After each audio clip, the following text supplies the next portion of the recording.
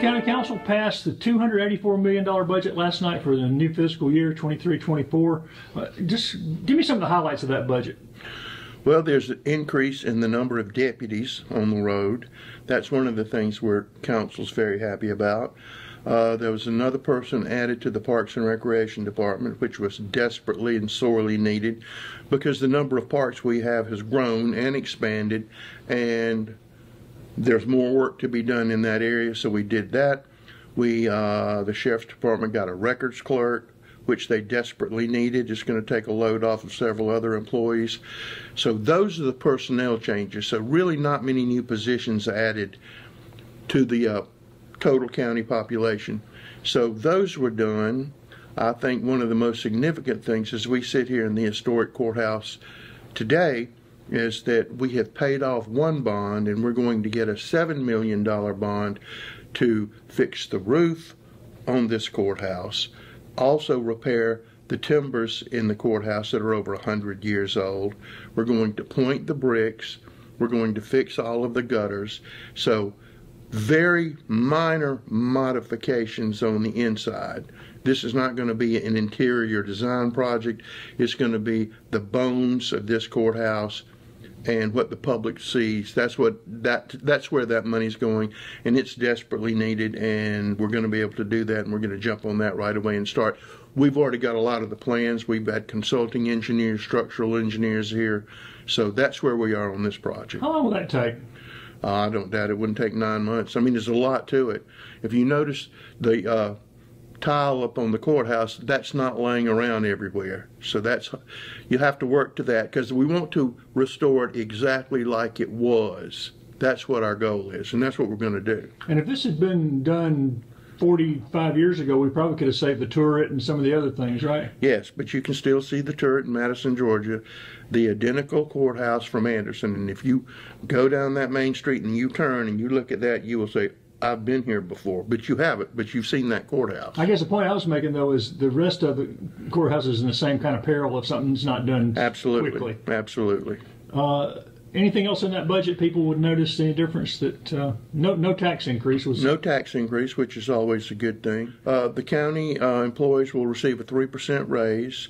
The inflation rate's around 8%, but the county council some time ago did a pay rate study, and they want to make sure that they stay with that. Right now, we're very fortunate in the county that we don't have a lot of vacant positions.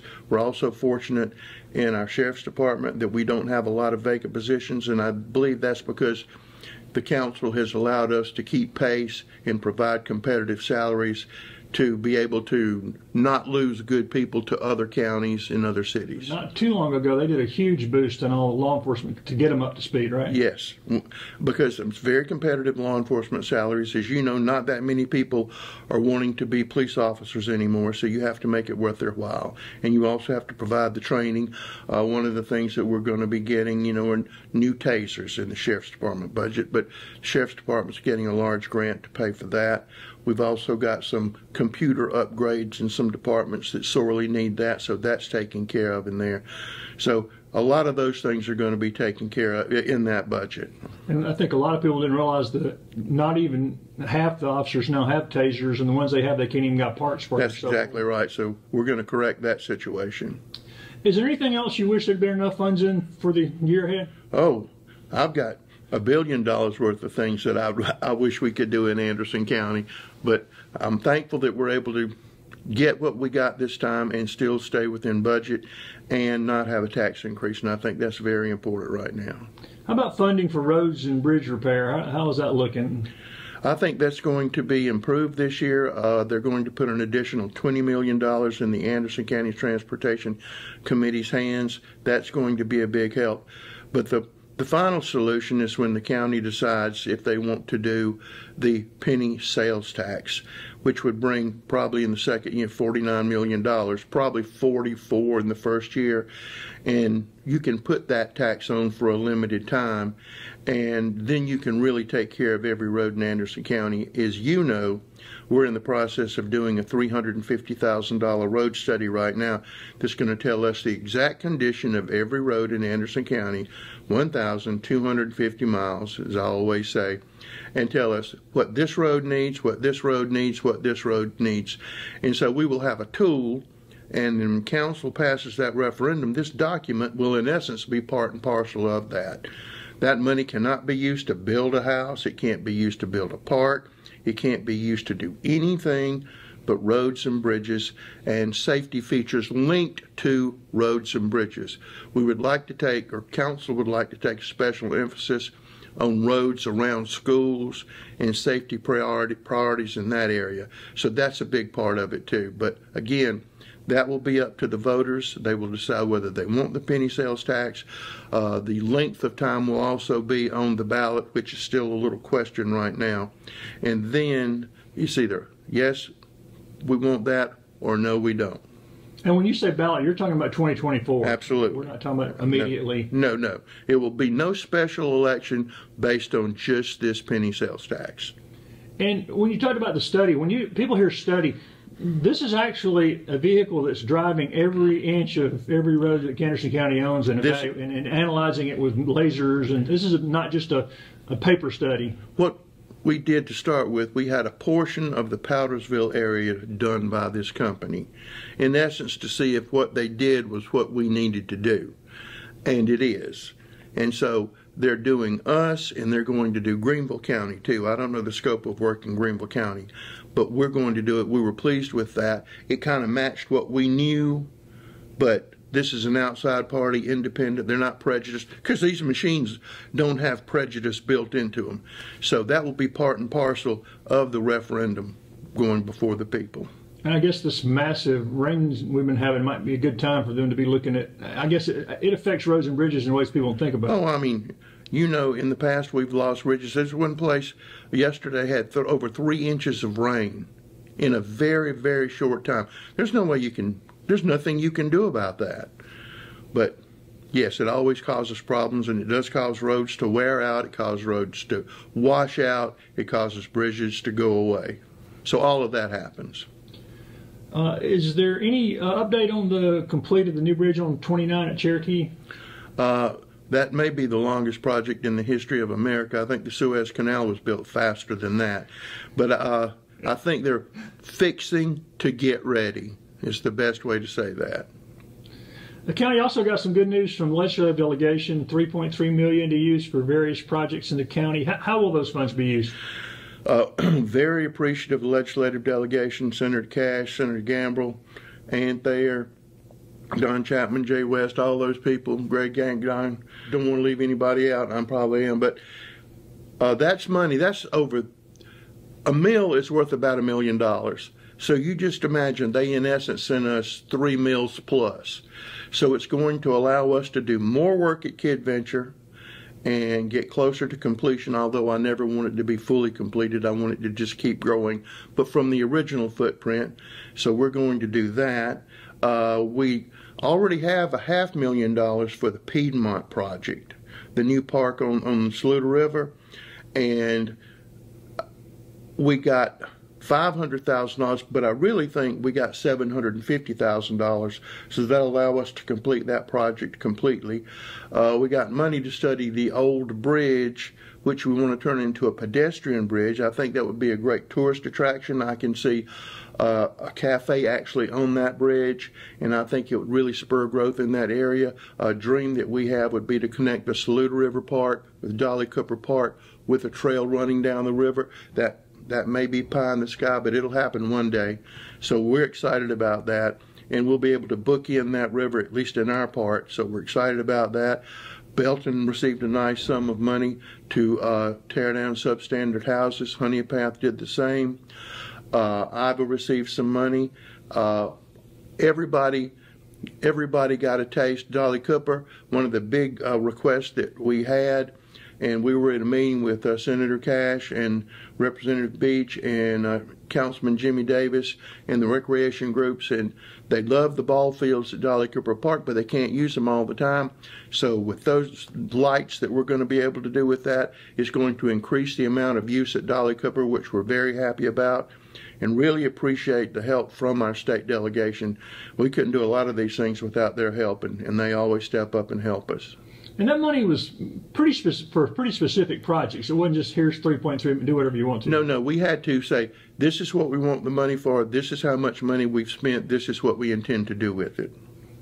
One thing that is fairly an unusual occurrence at Tuesday's council meeting, a group of citizens from an area up around Townville is requesting zoning. Remind people what that process entails.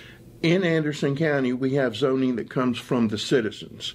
If a group of citizens in a certain precinct or a certain area get together, they decide they want to zone the area. Then they have to get a petition signed by enough registered voters in that area. And then the council votes to allow them to do that. For that Fork area, we've had the first reading and we've had the second reading. You won't have the third reading until after that election to see if people vote zoning in or they vote zoning out. But that will be the first part of Anderson County to be zoned in a good many years. A good many years. I don't think a lot of citizens realize that's an option for them. It is an option, and we tell people about it every time. You can do this. You can originate the whole process. And talking about parks, and I'm going to talk some more about that in a minute, the one seemingly small thing that kind of snuck through at county council meeting last night was the lease of some property for special population recreation. What's that about? We've been talking with the disabilities and special needs sometime. They at one time were talking about putting housing there, but they changed their mind. But now they want to use that property to grow vegetables there and possibly have a little farm stand and things like that. It's out near the Civic Center. It's a perfect piece of property, and council was delighted to allow them to use that property. And we just had to do that formality just because we have to do formalities. But we're excited about that. Hopefully they'll turn that into a nice garden spot. And that recreational therapy has been pretty effective, I think. It's been very effective, and also these people can grow that produce and sell it. Talking about parks and other things, since last time we met, there have been some events. Saluda River Alley had perfect weather and drew a big crowd. Yes, sir. You were out there. Yep, it was a great event, and it was a wonderful event, and we were real happy about that. Not to go back, but we had Rhythm on the River, and then you had a whole lot of other events at Green Pond. As a matter of fact, in the Wall Street Journal today, there's an article about Green Pond. It's about some guys from Auburn fishing, but it was at Green Pond. So once again, Green Pond gets the biggest news that we have. So we've got that going for us. Well, Meals on Wheels brought people from California and New York with one boat over $2 million for their charity run, raised over $100,000. And that was very good, and that operated out of Green Pond. That brings a whole nother face to Green Pond. They had a concert out there. So Green Pond is more than a fishing destination, and it's going to continue to be a magnet for people coming to our area. You know, what other news at Green Pond? We got some construction next door. Well, what you have, if you remember the old Tiger Cove campground, which had kind of run down a lot, now they're going to put an RV park there. Go across the road, on the other side, there's going to be an RV park there. On the land across from Tiger Cove, the developers are under discussion about putting townhomes there. So all of that area is very hot right now. And again, it's because of Lake Hartwell, and it's because when County Council, Chairman Tommy Dunn said, our biggest asset is Lake Hartwell, and we've never properly used it. So we're using it now. And those RV parks there, my understanding is electrical and water hookups, but they won't be allowed to use generators and things that are being noisy. No. They'll have full hookups. These are not junky places. They're putting too much money for them to be junky places. You mentioned Kid Venture. What will that new $750,000 allow you to do? Expand the footprint, add more things for people to play on, but also allow us to take an older piece of equipment and put it up near the ball fields, because what we want to do there is enhance the ball field area, because having done that for many, many years, if you go to watch your daughter or your son play, but you got the younger sisters and brothers, then they need something to do. They don't want to see you play ball all day. So we're going to put a little recreation area up there so they can have swings and things to play on up there. We just think that'll make that experience better.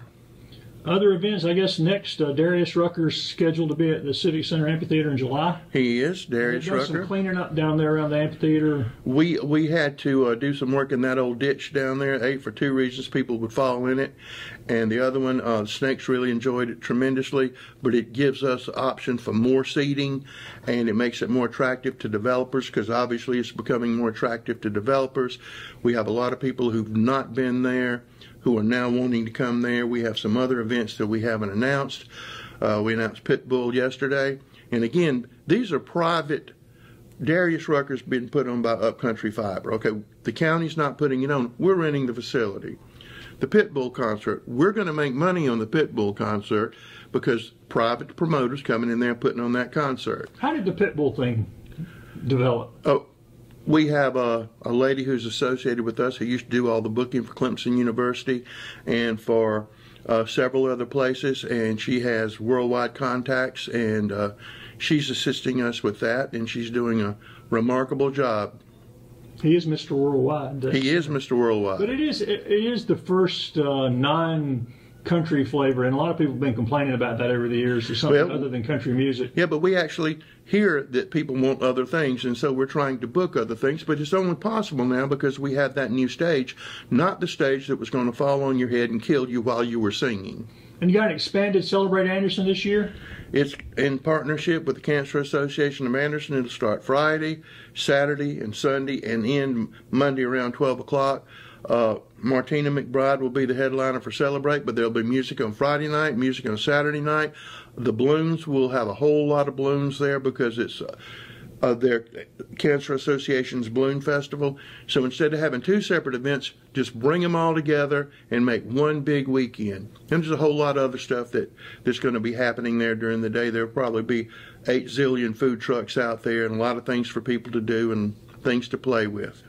Speaking of playing, the upgrades at Wellington Park seem to have been super well received in that community. It's very well received. If you noticed the notice about the big soccer tournament they're going to have down there, and we have plans to add more things down at Wellington too, because that's been great. We appreciate the people who've participated in that, especially Mr. Elder, who's been a driving force in that. So we're looking for exciting things more in that area. How about other park-related news? I know the recreation plans are all done now, and there's 37, I think, parks. Any other park-related news that? No, just trying to maintain, upgrade, and see how we can make them better, and build those new parks that we talked about, and enhance Dolly Cooper, and enhance Green Pond, and enhance every park that we have, because the demand for recreation is huge. People want things to do. Well, again, back to why you had to add a position in parks, because the current staff, when 3 people, there was no Dolly Cooper to deal with. There was no Saluda River Rally. There were none of these big events that take half their years to. No, you can't do it with 3 people. So we've got another person, and it's just going to work out wonderfully well.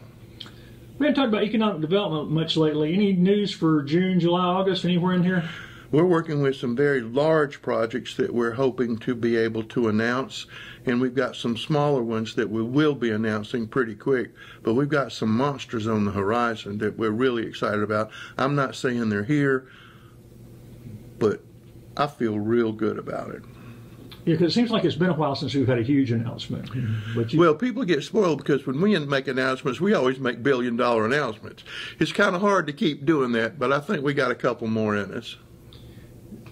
The lack of materials still creating problems in our growth? I know we keep talking about the sewer project on Exit 14. Well, Exit 14, and we've talked about this before, we're still waiting on those pumps to come in. And everybody else in the United States is waiting for the pumps to come in. We finally received the new air conditioner at the Civic Center, which was installed last week. The other one was 32 years old. It was dying. It was held together with duct tape, baling wire. And so we're excited about that. So we've got that. And instead of being either 60 degrees or 80 degrees, we can actually set the temperature. Working with, we're getting an energy grant, and thanks to Duke Energy, we're going to be able to replace just about every light bulb in the county with energy-saving light bulbs. So we're excited about that. That's going to help us on our power bill. There's just a lot of little things that go on every day that, they amount to big things. We're going to put a new roof on the agricultural building. where probation is parole is. So we're doing that. We're going to put a roof on the sheriff's department. Council voted to do all of those projects. So there's a lot of maintenance that goes on. Anything else at the Civic Center since we're still out there talking this? Well, we know that we need to put a new boiler and other things in there. And if you notice, they've painted the front of the Civic Center, and we're going to eventually get all of the Civic Center painted and do some more interior work. How about the Equinox Mill property? Is it any progress? We're digesting the state budget being finalized and seeing where we are on tax credits for developers. That's precisely where we are. Is that you optimistic or you don't know? I'm optimistic. I would be more optimistic if they hadn't changed it for no good reason to what it is now, to back to what it was. You would see all of these old mills spring to life. I haven't talked to Greg Smith lately. Are any updated projects for litter cleanup planned? Any new big pickups? I know we had the big one in the spring. Greg has a list, and I don't know each one off the top of my head, but we're always working with individual groups who want to clean up Lake Hartwell or clean up this road or clean up that road. So that goes on almost all the time. How about the broadband partnership? Is it still on schedule for the county? Everything's working well. They have received more grant funds from the state, and they're actually out there working, putting in new lines now, north and south. Some of the people who've been without internet, especially in the Honeypath area, are now being able to hook up to internet. We've got it coming in LaFrance and those areas. So we're working real hard in our partnership. But AT&T and Charter are also doing some things too, but our money's on Upcountry Fiber. And Mike Gamble said they told him he can get it, but he still didn't have it last time I talked to him. Well, he is eventually going to get it. But I can assure you he didn't use any power to jump ahead of the line because he's still at the last of the line, but he is going to get it. That had to be a temptation for a state senator. It is, but he's not like that. How about updates on mental health court and veterans court? That's in the solicitor's hands right now. All the money's there, all the training is, and they should have that up and running. The consultant to help them set it up is in place, so we'd have to get an update from the solicitor on where that is. If somebody doesn't remember, tell people what that is. That's a mental health court is where you go, and if you have a mental situation, and instead of just going straight through criminal court, it's another path you can take where you can get structured help and be made aware of all these other resources. And hopefully after that gets done, we tack on the Veterans Court, and then we've done that, and that needs to be done. And it's kind of based on the drug court model, which has been pretty successful over the last few years here, right? Yep, same thing. So people can go through that had addiction problems and not go to jail, but work through a program. Pretty strict program. Yeah, very strict program. Well, summer also brings the farmers market. It's open with the fresh produce and other stuff. I don't think there's any summer tomatoes yet, but any news from the market this year?